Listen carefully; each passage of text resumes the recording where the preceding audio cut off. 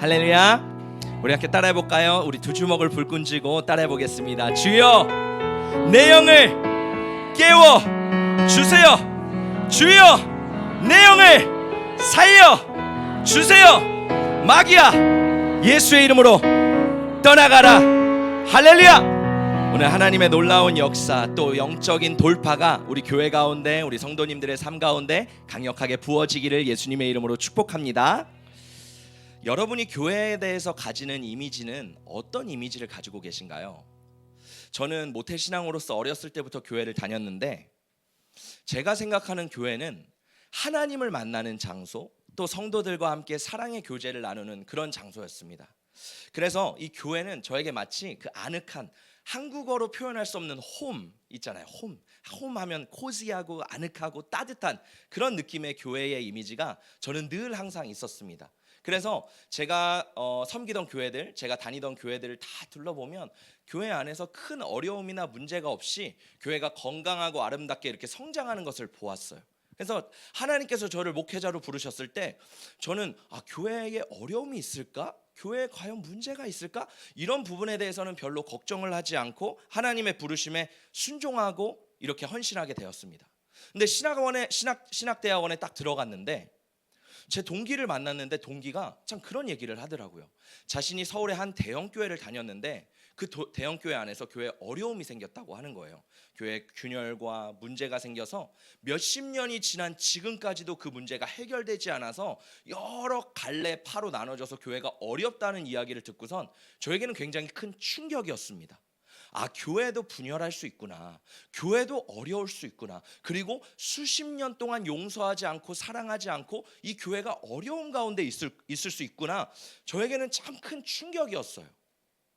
제가 이제 교회 여러 교회를 섬기면서 한 교회를 섬겼는데 그 교회 안에서 저도 첫 어려움을 겪게 됐습니다. 정말 크고 아픈 어려움을 경험하면서 이것이 정말 쉽지는 않다. 그런 마음이 들었어요. 제가 이제 목회자로서 참 힘들었던 것은 무엇이었냐면, 담임 목사님이 계셨고 그 담임 목사님을 따르고 사랑하고 또 개척 멤버로서 함께 쭉 했던 사람들이 한 문제, 물론 큰 문제였지만 그 사건으로 인해 목사님에게 모두 등을 돌리고 욕을 하고 비수를 꽂고 나가는 모습을 봤습니다. 저는 그 부교역자로 있으면서 그 목사님의 외로움과 그 아픔이 너무너무 느껴졌어요. 그래서 나는 목사님 옆에서 목사님이 힘이 되어드려야겠다. 내가 뭐 할 수 있는 건 없지만 어떻게 하면 목사님의 힘이 되어드릴까라는 것을 많이 고민하게 됐어요. 그래서 제 옛날 별명이 오른팔이었습니다. 참 안타까운 것은 목사님이 이 기획위 안에서 중요한 사안들과 어려움을 나눴을 때 그 비밀과 보안을 유지해달라고 했는데 그 다음날 온 교회 그 소문이 딱 퍼진 것을 보고 교회가 참 쉽지 않구나. 말도 많고 탈도 많고 문제도 많고 분열이 많은 것이 교회이구나 라는 것을 경험하면서 제 마음이 참 아팠습니다. 그러면서 나는 교회를 할 때 하나님께서 어떤 교회를 꿈꾸게 하실까? 나는 사랑과 기쁨과 평안과 아름다움이 있는 그런 교회를 꿈꾸고 싶다. 그런데 동시에 그런 교회가 가능할까? 라는 생각을 많이 하게 됐습니다. 성경을 보아도 참 가슴 아픈 일들이 많이 있어요. 예수님이 무리와 제자들에게 말씀을 전하세요. 그런데 참 놀라운 것은 무리들이 그 예수님의 말씀을 듣고 다 떠납니다. 그리고 예수님이 제자들에게 이런 말씀을 하세요. 너희도 떠나려느냐? 예수님이 아끼던 제자들이 있었습니다. 그 중에 한 가룟 유다는 예수님을 배신하고 심지어 예수님을 팔아버렸어요. 그리고 11명의 제자, 그 든든했던 제자들도 동시에 예수님과 함께 있어야 되는데 다 예수님을 떠나고 도망가고 예수님을 배신하는 모습을 보면서 이것이 사람의 모습이 아닐까? 이것이 참 교회의 모습이 아닐까? 근데 하나님은 왜 이 땅에 교회를 세우셨지? 왜 하나님은 교회를 통해 하나님의 나라를 이루어 가실지? 라는 것에 대한 깊은 고민을 하게 됐습니다. 저도 이제 목회를 하면서 깨닫는 것이 무엇이냐면 교회 안에서 정말 서로 사랑하고 하나 되고 연합되는 일이 쉬운 일은 아니구나.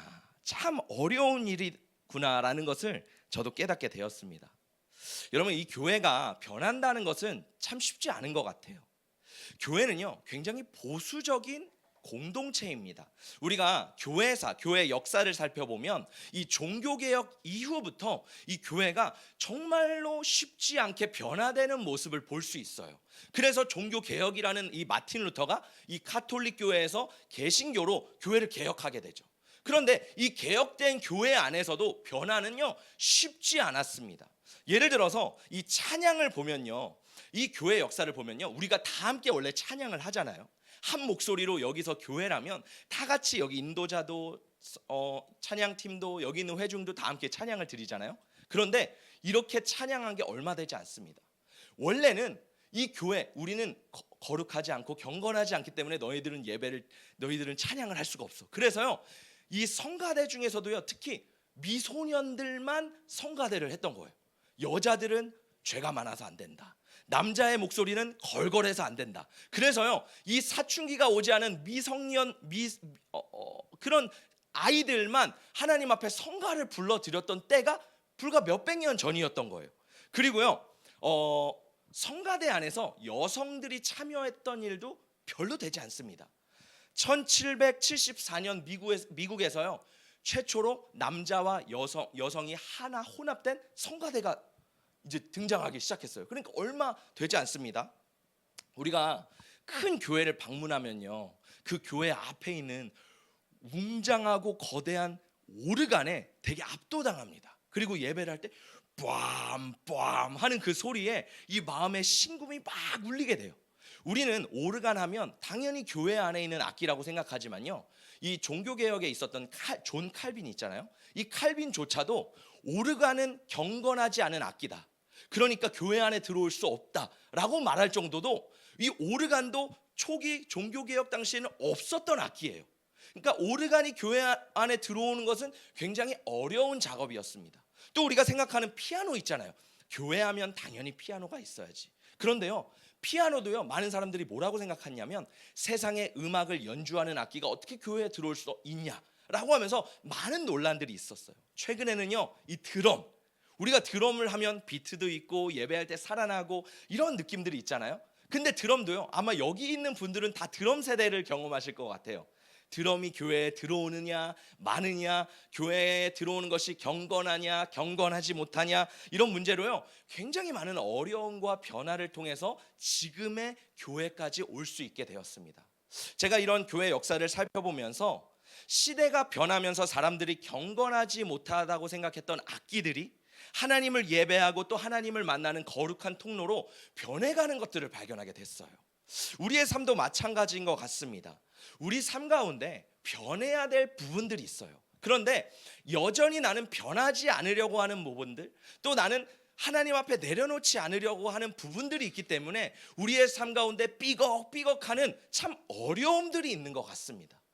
중요한 것은 무엇이냐면 우리가 한 성도가 변화되기 위해서는 오랜 시간이 걸리기도 하고 그 과정 가운데 많은 어려움과 시험과 고비를 만나게 된다라는 거예요. 그런데 그 과정을 통해서 이 영적인 성장통을 통해서 이것을 통과한 사람은 성장하게 된다는 것을 발견하게 되었습니다. 여러분 한번 질문해 볼까요? 정말 교회는 변화될 수 있을까요? 다들 아니라고 생각하시는 것 같아요. 아멘이 없네요. 여러분, 교회는 정말 변화될 수 있을까요? 성도는 변화될 수 있을까요? 그렇다면 목회자는 변화될 수 있을까요? 저는 참 많은 의문을 가지고 있습니다. 과연 교회가 변화될 수 있을까? 교회는 뭐예요? 목회자이고 성도입니다. 성도는 변화될 수 있을까? 목회자는 변화될 수 있을까? 저도 참 많은 고민과 어려움이 있었는데 우리가 계속해서 사도행전을 보고 있잖아요. 오늘 마침 본문이 사도행전 15장입니다. 예루살렘 교회에서 첫 회의가 펼쳐지는 장면인데 제가 이 말씀을 보면서 교회도 변화될 수 있구나라는 희망과 소망을 갖게 되었습니다. 우리 교회도 변화될 수 있습니다. 우리 성도님들도 변화될 수 있습니다. 목회자도 변화될 수 있습니다. 할렐루야! 우리 함께 말씀 읽어볼까요? 시작! 어떤 사람들이 유대로부터 내려와서 형제들을 가르치되 너희가 모세의 법대로 할례를 받지 아니하면 능히 구원을 받지 못하리라 하니 바울 및 바나바와 그들 사이에 적지 아니한 다툼과 변론이 일어난지라. 형제들이 이 문제에 대하여 바울과 바나바와 및 그 중에 몇 사람을 예루살렘에 있는 사도와 장로들에게 보내기로 작정하니라. 아멘. 여러분, 여기 안디옥 교회가 이제 등장합니다. 굉장히 건강하고 모범적이고 부흥을 하고 이방인들이 이제 와서 막 부흥하는 이 안디옥 교회, 막 성장하고 있는 안디옥 교회. 이 안디옥 교회예요. 얼마나 모범적이었냐면 이런 소문이 퍼졌어요.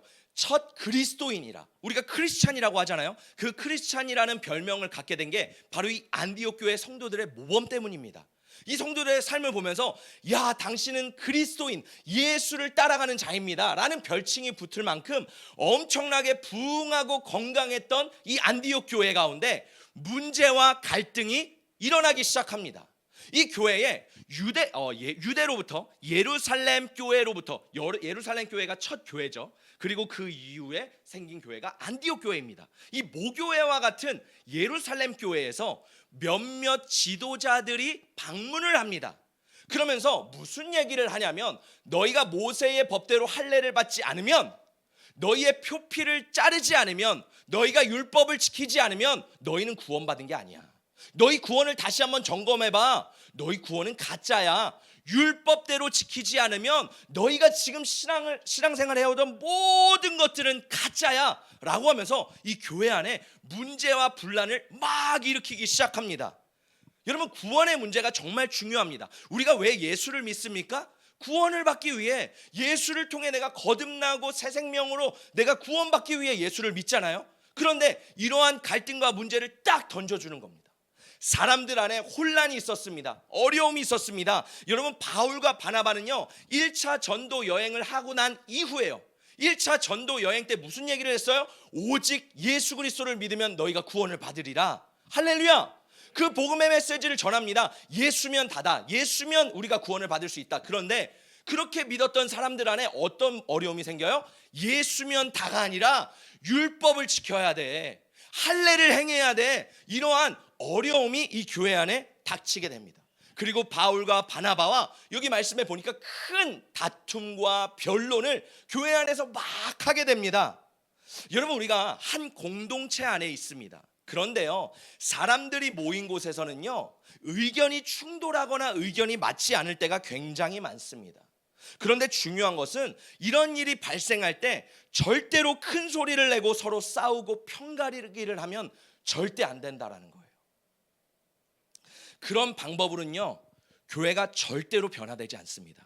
아마 여기에 계신 어르신분들은 많이 아실 거예요. 많이 경험해 보실 거예요. 이러한 소론과 다툼과 문제로 인해서 교회는 절대로 새롭게 되거나 변화될 수 없다는 것을 다 아실 것입니다. 누구를 비난하고 가르치고 나는 옳고 당신은 그르다라는 자세로 교회가 변화된 적이 한 번도 없습니다. 이거는요 마귀에게 속는 거예요. 성령님은 하나님을 통해 교회를 변화시킵니다. 그런데요 마귀는요 분열을 통해 교회를 깨뜨립니다. 이것이 바로 마귀의 역사라는 거예요. 혹시 여러분 중에 내가 변화되고 싶다, 내가 예수 그리스도를 닮아가고 싶다, 내가 성숙하고 성장하고 싶다, 내 신앙생활이 그냥 교회만 왔다 갔다 하는 신앙이 아니라 나 진짜 예수님과 같은 삶을 살아보고 싶다라고 한다면 여러분 안에 이런 변화를 받아들일 준비가 돼야 될 줄 믿습니다. 그리고 십자가를 붙잡아야 돼요. 그 십자가는 어떤 십자가입니까? 내 자신을 부인하는 십자가. 여러분, 십자가에 대한 의미가요 우리는 잘 알고 있습니다. 그러나 우리 삶 속에서요 십자가의 삶을 살아가기는 결단코 쉽지 않습니다. 내 자신을 부인하는 일이요 저도 쉽지 않아요. 아마 여기 앉아있는 여러분들도 쉽지 않을 것입니다. 저도 그런 생각을 했어요. 내가 어른 되면 더 내 자아를 쉽게 부인할 수 있지 않을까? 근데요 제가 어른이 돼 보니까, 물론 여러분보다 젊을 수도 있지만 저도 나이를 먹다 보니까 점점 더 어려워지더라고요. 내 생각, 내 경험, 내 이성, 내 자아가 더 충만해져서 더 견고해져서 이제는 쉽게 깨지지가 않는 거예요. 오늘 김혜원 집사님이 대표 기도 때 깨어진 유리 조각처럼 정말 단단하게 깨지지 않으려고 이렇게 단단한 것이 우리의 자아예요. 그런데 변화되려면 어떻게 돼요? 십자가 앞에서 날마다 내 자아를 부인해야 되는 줄 믿습니다. 그리고 우리가 분별해야 돼요. 이것이 지금 하나님이 일하시는 것인가 아니면 마귀가 일하시는 것인가, 지금 이 상황 가운데서는 내가 어떻게 자아를 부인해야 될 것인가, 그것을 분별하고 기도할 때 우리가 변화되는 것입니다. 할렐루야, 할렐루야. 여러분, 제가 유기성 목사님의 간증을 들었는데, 유기성 목사님 하면 너무나도 탁월한 목사님이시죠. 저도 너무 본받고 싶고 너무 귀한 목사님. 또 유기성 목사님이 저도 이제 부산에 계실 때, 안산에 계실 때, 또 선한 목자에 계실 때 여러 이야기를 들어보면 목사님이 가시는 곳마다 부흥을 했다라는 소리를 들었어요. 온유하시고 성품이 굉장히 좋아 보이시잖아요. 그런데 이 목사님의 간증을 들어보니까 저도 조금 놀랐습니다. 목사님이 이런 간증을 하시더라고요. 이 목사님이 교회를 변화시키려는 목회를 해보니까 시험이 만만치 않았다고 합니다. 교회 안에 어려움이 굉장히 많았대요. 한 번은요, 교회 안에 막 싸움이 벌어져서 어떤 사람들이 막 옷을 찢고 옷을 벗고 막 싸우려는 모습을 보면서 이 목사님이 너무 충격을 받았다라는 겁니다. 그러면서 이런 생각을 하셨대요. 이 험악한 분위기 속에 내 목회는 끝났구나, 내 목회는 여기까지구나, 이제 사표를 써야겠다라는 마음을 갖고 있는데, 그때 성령님이 분별하게 하셨대요. 이것이 교회를 분열시키는 마귀의 역사구나. 이 마귀의 역사라는 것을 깨닫고 보니까 이 사람들의 문제가 아니라 영적인 문제, 사람들의 마음을 해집고 분열시키려는 그 마귀의 배후에 있는 역사를 이 목사님이 간파하게 되신 거예요. 그러면서 이 목사님이 문제를 파악하니까 이제는 상황을 풀어가는 방법을 달리하기 시작하십니다. 아, 내가 여기서 포기하고 내가 사표를 내는 것이 답이 아니구나, 하나님 앞에 무릎 꿇고 기도했다라고 합니다. 그러면서 하나님 앞에 이렇게 기도했대요. 하나님, 제가 더 이상 마귀가 시키는 대로 하지 않겠습니다. 마귀가 원하는 대로 이 교회를 이끌어가지 않겠습니다. 목회를 하지 않겠습니다. 하나님, 하나님의 마음을 부어주세요라고 하면서 하나님 앞에 막 기도했습니다. 여러분, 마귀의 전략은 뻔합니다. 마귀의 전략은 뭐예요? 서로 의견을 대립시키고 이간질시키고 상대 마음에 상처를 주고 감정이 뒤틀어지게 하고 문제를 부풀리고 미워하게 하고 편을 가르고, 그게 좌절이 오는 목사는 사표를 내게 합니다.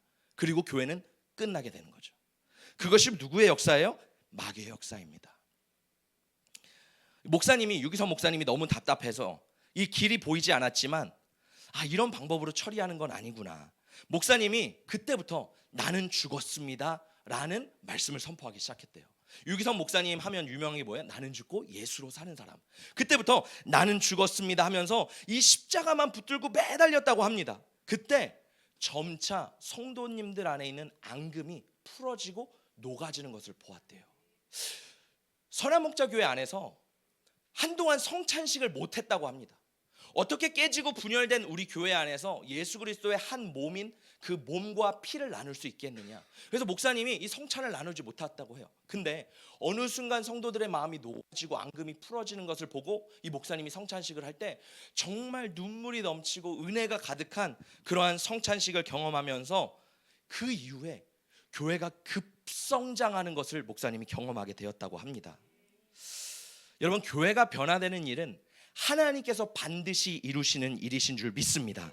그러나 우리가 큰 소리 내고 몇몇 사람들이 독단적으로 교회를 끌어가고 싸우고 남을 비난하는 일을 조심해야 될 줄 믿습니다. 이 방법은 하나님이 원하시는 방법이 아니라 마귀가 원하는 방법이기 때문입니다.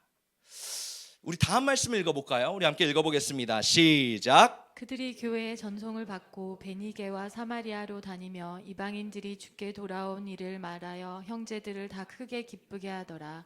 예루살렘에 이르러 교회와 사도와 장로들에게 영접을 받고 하나님이 자기들과 함께 계셔 행하신 모든 일을 말하매 바리새파 중에 어떤 믿는 사람들이 일어나 말하되 이방인에게 할례를 행하고 모세의 율법을 지키라 명하는 것이 마땅하다 하니라. 아멘. 이제 바울과 바나바 그리고 몇 사람, 그 중에 디도라는 사람도 있어요. 이 사람들이 안디옥 교회에서요, 이 문제를 해결하기 위해서 예루살렘 교회를 방문하게 됩니다. 이 예루살렘 교회에서 파송을 받아서 이제 어떤 일을 행하냐면, 바울과 바나바가요, 그동안 1차 전도 여행 2년 동안 약 2240km를 넘는 거리를 통해 전도했던 하나님의 놀라운 역사를 여기 예루살렘 교회에 있는 리더들에게 말하기 시작합니다. 간증을 하는 거예요. 여러분, 제가 1차 전도 여행을 했는데 하나님께서 놀라운 일을 행하셨습니다. 그런데 그 대상은요, 유대인이 아니라 이방인들이었습니다. 이방인들이 복음을 듣고 돌아오는 것을 보면서 저희 안에 감격이 있습니다. 그 열매로 이 디도가 있습니다. 디도는 어떤 사람이에요? 사도 바울의 애제자였습니다. 헬라파 출신이었고 이방인이었지만 사도 바울을 통해 예수를 믿고 변화된 이방인 열매였어요. 이 디도를 보이면서 보세요, 디도를 보세요. 이방인인데 성령이 마셨습니다. 하나님이 일하신다는 증거입니다 라고 열불을 토해내면서 하나님의 일을 간증하기 시작했습니다. 그런데 문제는요, 아직 변화되지 않은 딱딱한 사람들이 예루살렘 교회에 있었다라는 거예요. 5절 말씀에 보니까 바리새파 중에 어떤 믿는 사람들이 일어나 말합니다. 이 사람들은요, 유대교 배경을 가진 그리스도인들이었어요. 예수를 믿었지만 아직도 율법과 할례를 지키던 사람들이었던 거예요. 그러니까 아직 그 경계선에 있는 사람들이죠. 이 사람들이 일어나서 강력하게 말합니다. 이방인에게 할례를 행하고 모세의 율법을 지키라 명하는 것이 마땅하다. 아무리 디도가 변화되었고 아무리 이방인들이 믿었지만 모세의 율법, 이 할례 꼭 지켜야 된다라고 강력하게 주장하기 시작합니다. 그때 다시 한번 뜨겁고 은혜가 넘치던 이 교회 회의 분위기 안에 찬물을 끼얹게 됩니다. 그리고 사람들이 냉랭해지고 마음이 다시 한번 차가워지게 됩니다. 여러분, 우리는 살면서요, 수많은 공동체를 만나게 됩니다. 수많은 모임들을 만나게 돼요. 그런데 그 모임들이 참 아름답고 좋으면 좋지만 우리가 알아가면 알아갈수록 크고 작은 갈등과 문제가 생기기 마련이에요. 우리는 그것을 이상하게 생각하면 안 됩니다. 그런데 중요한 것은 그 문제를 어떻게 풀어가느냐예요. 어떻게 그 실타래를 풀어가느냐, 그것이 하나님이 원하시는 방법인 줄 믿습니다. 이때 사도행전 15장 6절에 이렇게 말해요. 사도와 장로들이 이 일을 의논하러 모여. 사도와 장로들이요, 이 문제를 가지고, 교회의 성패를 가지고 있는 이 문제를 가지고 모여 의논하기 시작합니다. 서로 대화하기 시작해요. 무엇이 문제이고 무엇이 갈등이고 이것을 어떻게 풀어나가야 될지 핵심을 간파하려고 합니다. 근데 중요한 것은 핵심을 간파할 때요, 여러 가지 사람들의 생각 속에 있어요. 내 의견, 내 이성, 내 경험, 많은 것이 있지만 여러분, 문제 가운데요, 제일 어려운 게 뭔지 아세요? 감정이에요. 이성과 논리와 생각을 뛰어넘는, 그것보다 더 강력해서 그것을 지배해서 이 어려움을 풀어나가게 하고 또 어려움을 풀어나가지 못하게 하는 가장 중요한 장애 요소가 무엇이냐면 감정입니다. 우리는 감정을 잘 다스릴 줄 알아야 돼요. 제가 아마 여기 있는 개척 멤버들은 기억하시는 분들이 아마 몇 있다고 저는 믿습니다. 제가 송구영신 예배 때 2024년 한 해를 놓고 이런 말씀을 전했어요. 여호수아 말씀을 전하면서 이스라엘 백성들이 여리고성을 돌 때 하나님께서는요, 이스라엘 백성들의 침묵하라고 하셨습니다. 여러분 생각해 보세요. 내가 가나안 땅에 들어갔어요. 내가 그동안 소원하고 갈망하던 가나안 땅에 들어갔는데요, 첫 성이 여리고성이에요. 내가 도저히 무너뜨릴 수 없는 성. 그동안 애굽에 종살이하고 광야에서 아무런 능력이 없는, 아무런 무기가 없는 그런 이스라엘 백성 앞에 여리고성이 있는 거예요. 그러면요, 사람들은 불만을 하기 시작합니다. 그때 하나님 뭐라고 말씀하세요? 너희는 침묵하여라. 아무 얘기를 하지 말라. 제가 송구영신 예배 때 이 얘기를 나누었습니다. 왜? 누군가 한 명 얘기하기 시작하면요, 불만과 불평을 토로합니다. 하나님은 왜 이 가나안 땅의 여리고성을 보게 하시는 거야? 야, 이 성을 우리가 무너뜨릴 수 있을까? 누군가 한 명요, 그 마음을, 불평을 토로하기 시작하면요, 그거는 불씨같이 번집니다. 옆에 있는 사람, 또 옆에 있는 사람, 그 사람들의 마음에 동요가 되어서요, 마치 사람들의 마음이 물밀과 썰물처럼 계속 출렁입니다. 그러면요, 하나님이 아무리 가나안 땅을 허락하셨더라도, 하나님의 약속과 하나님의 축복들이 그 앞에 있더라도요, 그 앞에서 불만하고 불평하고 무너지면요, 이스라엘 백성들은 거기서 끝나는 겁니다. 그들의 삶, 그들의 역사, 성경은 더 이상 없는 거예요. 왜? 하나님께서 말씀하셨어. 너희의 입을 간수하라. 할렐루야. 우리의 삶 가운데 굉장히 말이 많습니다. 어려움들이 있을 때 불만을 많이 토로해요. 그런데요, 성숙한 그리스도인, 또 우리 깨우는 성도님들은 기도하는 분들이라는 것을 저는 믿습니다.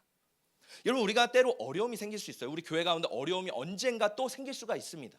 그런데요, 우리는 그때 성숙한 그리스도인이라면 하나님 앞에 기도해야 되는 줄 믿습니다. 송구 영신 예배 때 제가 그러면서 이런 말씀을 인용했어요. 여러분, 우리 한 해 동안 모든 지킬 만한 것 중에 더욱 내 마음을 지키라. 생명이 근원이 이에서 남이니라. 제가 이렇게 말했습니다. 2024년 상황과 환경이 어떻게 변할지 모르니 우리 안에 불만과 불평이 올라온다면 침묵하시고 십자가 앞에서 끝까지 마음을 지키자고 했어요. 여러분, 이 마음을 꼭 새기시기를 예수님의 이름으로 축복합니다.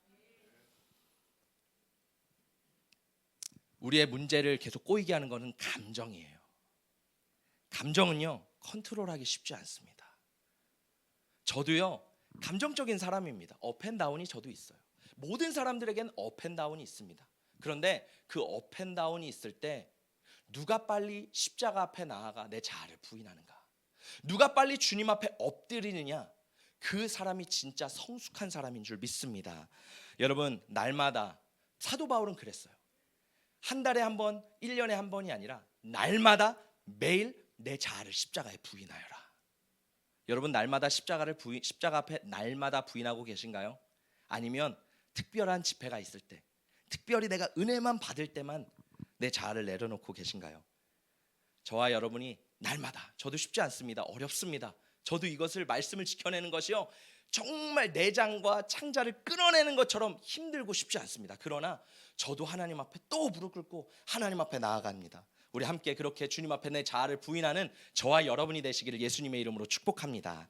우리 다음 말씀을 읽어보겠습니다. 시작. 많은 변론이 있은 후에 베드로가 일어나 말하되 형제들아 너희도 알거니와 하나님이 이방인들로 내 입에서 복음의 말씀을 들어 믿게 하시려고 오래전부터 너희 가운데서 나를 택하시고 온 무리가 가만히 있어 바나바와 바울이 하나님께서 자기들로 말미암아 이방인 중에서 행하신 표적과 기사에 관하여 말하는 것을 듣더니 말을 마침에 야고보가 대답하여 이르되 형제들아 내 말을 들으라. 아멘.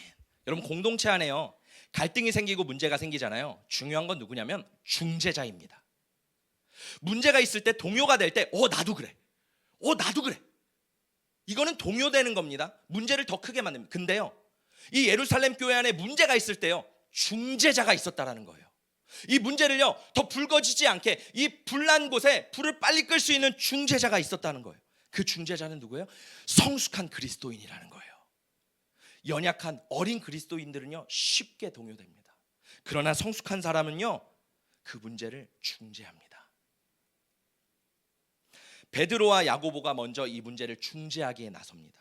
베드로가 뭐라고 말해요? 내가 이방인에게 복음을 전했다. 여러분, 베드로를 생각해 보세요. 굉장히 편협한 사람이었어요. 하나님이 아무리 말해도 듣지 않았습니다. 과연 이방인이 구원을 받을까? 이방인에 대한 생각이 전혀 없던 사람이 베드로였습니다. 그런데 하나님이 베드로를 계속 밀고 가는 거예요. 베드로의 꿈을 통해, 환상을 통해, 박해를 통해, 환난을 통해 이방인에게 점점 나아가도록 하나님이 계속 등을 떠미는 겁니다. 그때 베드로가 경험해요. 내가 고넬료의 집에 갔는데 그들이 할례를 받지 않고 율법을 따르지 않았는데 그 안에 예수의 복음이 선포되니 그 가운데 성령이 임했다. 할렐루야. 이 베드로가 복음을 전할 때 성령이 임한 거예요. 베드로가 이것을 증언합니다. 내가 복음을 전했더니 성령이 임했습니다. 그것도 이방인들에게 임했습니다. 여기서 멈추지 않아요. 바나바와 바울도 이 복음의 말씀을 선포합니다. 바울은 어떤 사람이에요? 바리새인 중에 바리새인입니다. 굉장히 유대주의에 편협한 사람이에요. 근데 그가 예수를 만나고 변화되자 이방인들에게 복음 전해지는 것을 발견하게 돼요. 그리고 디도라는 열매를 맺게 되죠. 그리고 말합니다. 제가 이방인들에게 1차 전도 여행 때 복음을 전했더니 이렇게 많은 열매들이 있습니다. 또다시 말하는 겁니다. 그리고 마지막 예수님의 동생이었고 이 예루살렘 교회의 담임 목사였던 야고보가 이 사건을 종결합니다. 이방인에게 할례 받는 요구를 하지 말자. 더 이상 그들에게 무거운 짐을 지어주지 말자. 우리 함께 복음 안에 나아가자. 여러분, 놀라운 사실은요, 변할 것 같지 않았던 예루살렘 교회가 변하기 시작합니다. 하나님이 이방인에게 복음이 전파되기 위해서요 예루살렘 교회 스데반 집사의 순교도 허락하셨죠. 여러 박해와 환난과 고난을 허락하셨죠. 베드로의 등을 계속 떠밀었죠. 그런데 꿈하지 않던 예루살렘 교회가 이 회의와 이 사건으로 통해 변화되기 시작합니다. 그리고 놀라운 건 무엇인지 아세요? 여러분, 이 갈등이 생기고 갈등을 풀어가는 과정에서 예루살렘 교회와 같이 완고한 교회도 성령 안에 변화되기 시작하면서요, 이 사도행전 15장이 끝나고 사도행전 16장에서는요 새로운 일이 펼쳐집니다. 이제 이방인들에게 복음이 전해지는 물꼬가 트이기 시작해요. 그리고 바울과 바나바가 이제는 2차 전도 여행을 떠나게 됩니다. 할렐루야. 여러분, 그 어려움을 통과하면 하나님께서 축복을 주시는 줄 믿습니다. 반주를 조금 부탁드리겠습니다. 여러분, 우리 교회가 이제 어느덧 8개월이 지났어요. 작년 겨울부터 이제 우리가 오손도손 모여서 함께 기도하고 서로 깊이 알아가고 서로 연약하고 부족한 모습까지 이 8개월, 어쩌면 10개월 쭉 지나는 동안 우리 서로의 모습을 보게 된 것 같습니다. 저는요, 하나님께서 우리 교회에게 기대하는 바가 굉장히 크다라고 생각해요. 그만큼 우리 한 사람 한 사람이 말씀 안에, 복음 안에 변화되길 원한다라는 마음이 있습니다. 여러분, 연애를 해보셨죠? 연애하면요, 처음에는 굉장히 설레이는 마음이 있습니다. 연애하면요, 그 사람의 모습이 다 좋아 보여요. 다 멋있어 보이고 다 예뻐 보이고 흠이 하나도 없어 보여요. 너무 좋아요. 너무 설레어요. 그 사람 만나기를 늘 고대합니다. 그런데요, 조금 시간이 지나면요, 권태기가 옵니다. 그러면요, 이상하게 정말 예쁘고 아름다웠던 얼굴인데 그 얼굴 안에 있는 점이 보이기 시작해요. 그리고 저 점 좀 빼주고 싶다, 이런 생각이 들기도 해요. 그 사람의 말투가 예전에는 괜찮았어요. 근데 어느 순간 그 사람의 말투가 거슬리기 시작합니다. 그 사람의 생활 패턴이 예전에는 좋았어요. 그런데 어느 순간 그 생활 패턴이 좀 내 생활 패턴과 맞지 않아요. 이 사람 과연 나랑 맞는 사람일까? 예전에는 분명히 예쁘고 좋아 보였는데 왜 이러지? 내가 문제인가? 이 사람이 문제인가? 대화하다 보면요, 서로 오해도 생기고요, 갈등도 생기고요, 작은 일 때문에 막 싸우기도 합니다. 그런 과정을 통해서요, 서로 오해가 생기고 토라지기도 해요. 그런데 참 놀라운 것은요, 그 시간을 통과하면요, 상대방에 대한 신뢰가 깊어집니다. 상대방을 더 알아가고 상대방의 연약함과 부족함까지 품어줘야겠다라는 그러한 진짜 긍휼의 마음, 하나님의 마음, 예수님의 마음이 내 안에 올라오기 시작합니다. 할렐루야. 그런데 만약에 내 생각과 내 판단과 내 기준으로 굽히려고 하지 않고 이 사람을 그렇게 하려고 한다면 그 관계는 깨지게 돼요. 신앙생활도 마찬가지입니다. 하나님 앞에 내 자아를 죽이지 않으면요, 하나님과 관계는요, 지금은 괜찮아 보여요. 근데 점점 멀어져요. 아마 많은 분들이 경험해 보셨을 거예요. 하나님이 어떤 문제를 놓습니다. 그럼 그 문제를 통과하는 사람은요, 영적으로 성장하게 돼요. 그런데 그 문제를 통과하지 못하면요, 침체됩니다. 영적인 침체. 영적인 침체의 다른 말이 뭔지 아세요? 하나님의 부재, 하나님의 임재의 부재. 저는 그게 참 무섭더라고요. 내가 아무리 기도해도 하나님이 나를 만나주지 않고, 내가 아무리 찬양해도 하나님이 나에게 말씀하지 않으시고, 내가 아무리 하나님 앞에 발버둥 쳐도 하나님이 듣지 않는 그러한 순간. 왜? 영적인 침체 가운데 들어가기 때문에. 관계가 깨지고요, 교회 안에서도 그런 일들이 일어나서 문제가 생기면요, 교회는 더 이상 세상에 소금의 맛을 낼 수 없는 교회가 됩니다. 세상에 짓밟히고요, 끝납니다. 결국 세상과 마귀에게 짓밟혀서 교회는 없어지고 말죠. 바울이 이렇게 말합니다. 너희는 이 세대를 본받지 말고 오직 마음을 새롭게 함으로 변화를 받아 하나님의 선하시고 기뻐하시고 온전한 뜻이 무엇인지 분별하도록 하라. 여러분, 매 순간 여러분의 삶 가운데 분별하고 계신가요? 아니면 내 감정에만 치우쳐서, 내 감정에만 묶여서 이 상황과 문제, 하나님이 원하시는 하나님의 마음을 보지 못하고 있는 건 아닌가요? 그러나 오늘 말씀에서는 이렇게 말씀하십니다. 너희의 마음과 생각을 분별하라. 하나님의 뜻이, 하나님이 원하시는 것이 무엇인지 늘 한 번만이 아니라 계속해서 분별하도록 하라. 할렐루야. 우리는 계속해서 변화돼야 됩니다. 우리는 계속해서 예수 그리스도를 닮아가야 됩니다. 저는요, 우리 교회가 어떤 교회가 됐으면 좋을까? 여러분은 우리 교회가 어떤 교회가 되기를 원하세요? 어떤 분들은, 저도 그런 마음이 때로 있습니다. 우리 교회가 빨리 부흥하고 진짜 많은 사역을 감당하고 열방을 감당하는 교회, 저도 그런 마음이 있었어요. 저는 그 누구보다 큰 야망이 있었던 사람입니다. 그런데요, 예수님을 만나고 목회를 하다 보니까요, 하나님 앞에 그것이 깎이기 시작하더라고요. 저는 화려한 교회, 멋있는 교회, 그러한 교회보다 사랑이 넘치는 교회가 되기를 원해요. 사랑이 넘치는 교회가 되기 위해서는 어떻게 돼야 될까? 예수의 십자가가 있는 교회가 돼야 돼요. 십자가요? 죽음입니다. 헌신입니다. 자기 부인입니다. 십자가, 십자가, 우리가 늘 외치는 십자가가요, 말처럼 간단한 십자가가 아니에요. 왜? 내 피부에 와닿고 내 삶에 진짜 십자가가 와닿기 시작하면요, 그 십자가가요 정말 두렵습니다. 내가 진짜 십자가를 질 수 있을까? 내가 진짜 끝까지 구원함을 이뤄갈 수 있을까? 이러한 두려움과 염려를 통해서요 짓눌리기 시작해요. 십자가는 그만큼 어렵습니다. 그러나 예수님께서 우리에게 십자가를 보여주셨잖아요.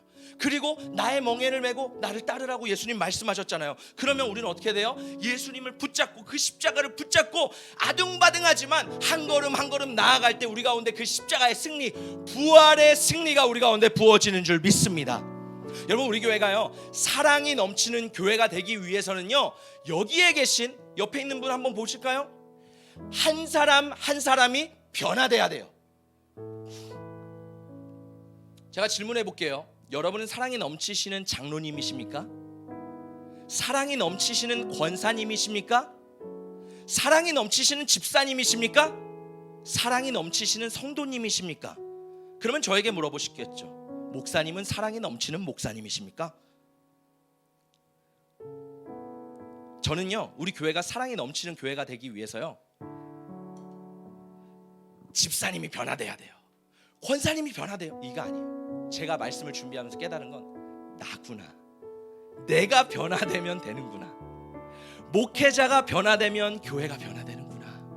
그래서 하나님이 내 안에 있는 부족함과 연약함을 끊임없이 보여주시는구나. 여러분, 제가 참 어려움이 있어요. 제가 다음 세대를 담당할 때는요, 정말 카리스마가 넘치고 열정이 넘치고 멋진 사역자였어요. 저희가 생각해도 그래요. 근데요, 제가 진짜 목회를 해보니까요, 야, 저의 연약함이 얼마나 드러나는지, 내가 얼마나 부족한 사람이었는지, 내가 하나님 앞에 얼마나 자격 미달인 사람인지, 내가 이 자리에 설 수 있는 거 하나님 은혜 아니면 설 수 없다라는 것을 뼈저리게 매일매일 매순간 느끼고 있습니다. 그래서 하나님 앞에 기도해요. 하나님, 저는 은혜가 없습니다. 저에게 은혜를 좀 부어주세요. 저는요 진짜 못난 사람이에요. 저는 진짜 부족한 사람이에요. 탈도 많고 저는 진짜 연약한 사람입니다. 근데 하나님, 저를 좀 붙들어 주세요. 제 안에 자아가 올라오면요, 저도 컨트롤할 수가 없고, 저도 하나님 앞에 원망하고 불평하게 됩니다. 제가요 너무 힘들 때는요, 출애굽기, 민수기 말씀을 봤어요. 얼마나 모세의 마음이 어려웠을까. 이스라엘 백성들은 늘 불평불만하고 하나님에게 불평불만, 원망하고, 이 모세는 하나님 앞에 이러지도 못하고 백성들 앞에 이러지도 못하고. 근데 하나님은 모세가 온유한 사람이래요.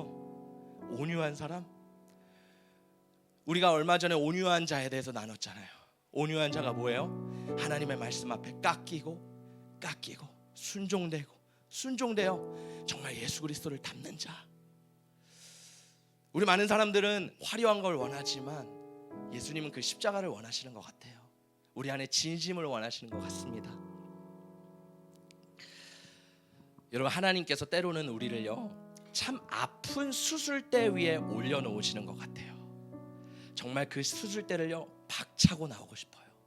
나 수술 안 해도 되니까 저 좀 내버려 두세요. 저 그냥 이대로 죽을게요 라고 하는 순간들도 있을 만큼 그 수술대가 너무 힘들고 고통스럽고 아픕니다. 그런데요, 하나님은 우리에게 그 수술대로 초청하세요. 그리고 내가 너를 회복하기를 원한다. 내가 너를 새롭게 하기를 원한다. 내가 너를 변화시키기를 원한다. 그것이 하나님의 마음인 줄 믿습니다.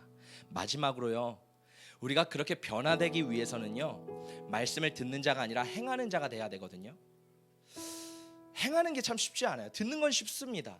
말하는 것도 쉬워요. 근데요, 말씀을 행하는 게 참 어렵더라고요. 이 말씀을 행하기 위해서는요, 하나님이 무엇을 주셨냐면 우리에게 의지를 주셨어요. 여러분, 다이어트 할 때요, 내가 밤에 먹고 싶은 걸 참아야 되는 의지가 있습니다. 제가 운동을 하는데요, 운동할 때 참 어려워요. 그러면 옆에서 우리 허집사님이 저를 도와주시는데, 목사님 이거 진짜 무겁지만 이거 하셔야 돼요. 이거 하셔야 돼요. 무겁지만 이거 5번, 10번 채우셔야 돼요. 그래야지 목사님 그 다음 단계로 나갈 수 있는 거예요. 몸의 원리도 마찬가지입니다. 다이어트, 운동, 내 그 한계가 있습니다. 껄떡이는 고개가 있어요. 너무 힘들어서 저도 운동할 때 막 집사님 너무 힘들어요 라고 하지만요, 집사님 계속 밀어붙이세요. 목사님 하셔야 돼요. 근데요, 그걸 하고 나면요, 제가 운동을 했는데 최근에 집사님 이런 얘기 하시더라고요. 목사님 좀 늦었네요. 목사님 좀 근육이 느신 것 같아요. 이제 더 무거운 걸 드시네요 라는 얘기를 하시면서, 내가 그 고비를 넘었구나 라는 한 단계 업그레이드된 그러한 것들을 발견하게 됐습니다. 우리 영적인 상태도 굉장히 비슷합니다. 우리의 삶 가운데 어려운 고비가 있어요. 아마 여기 있는 분들 각자 개인마다 늘 고비마다 어려운 순간들이 있을 겁니다. 그런데요, 그거를 내가 결단해야 돼요. 할렐루야. 무엇으로? 의지를 들여서 하나님 앞에 결단을 해야 되는 줄 믿습니다. 하나님 앞에 사랑을 구해야 돼요. 하나님, 저에게 사랑이 없습니다. 사랑을 주세요 라는 의지를 드려야 돼요. 하나님, 우리 안에 사랑이 없습니다. 우리는 부족합니다. 하나님, 우리에게 은혜를 부어주세요 라는 의지가 있어야 될 줄 믿습니다. 그러면요, 그때부터 하나님이 조금씩 우리 안에 사랑을 부어주기 시작하세요.